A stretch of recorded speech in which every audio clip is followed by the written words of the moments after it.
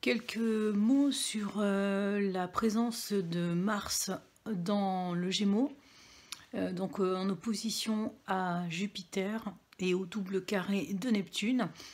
Ce Mars en Gémeaux est tout à fait adapté aux interrogations, aux débats, aux communications animées et justement à proposer des initiatives, des réflexions, des actions au sein d'une équipe, des actions, des interférences en fait auprès des uns et des autres. Donc c'est un Mars qui opère en tant que coordinateur et qui est aussi associé à des initiatives.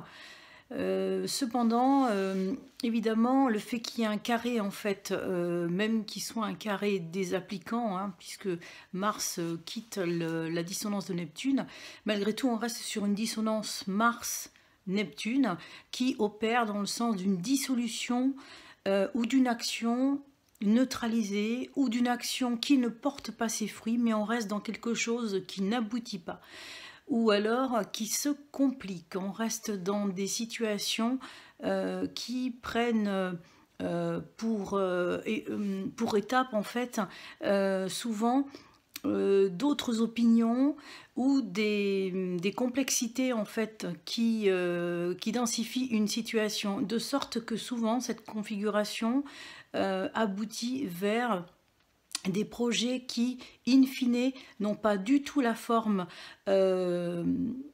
estimée ou en tout cas entrevue par rapport au projet initial.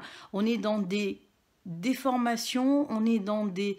c'est pas vraiment des transformations, mais c'est plutôt des altérations. Donc c'est une dissonance qui fait que il y a des participations venant de groupes, ou en tout cas d'effets de groupe, qui modifient la trajectoire, qui altèrent en fait l'idée de départ et qui font souvent soit effectivement ou ternir les projets, leur faire perdre en tout cas de l'éclat. On est dans quelque chose qui amène de la déconvenue souvent, avec un sentiment de trahison, un sentiment vraiment de déception. Donc c'est une configuration qui est plutôt délicate à vivre sur le plan émotionnel.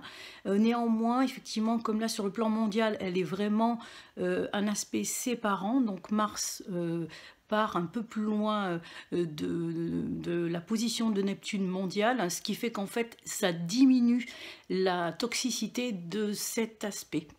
Qui est aspect en signe mutable. Donc le mutable, faut toujours penser qu'il y a une capacité de remise en question, il y a une capacité où on peut se repositionner. C'est pas comme si c'est des dissonances dans des signes fixes. Donc on est sur quelque chose de beaucoup plus fluctuant. Néanmoins, on reste sur une note qui est complexe et qui est source de complications et source d'histoires dont on ne connaît pas souvent les tenants et les aboutissants, mais également les auteurs, ce qui est à l'origine des contextes. Je vous retrouve ultérieurement pour d'autres explications au sujet d'autres configurations mondiales.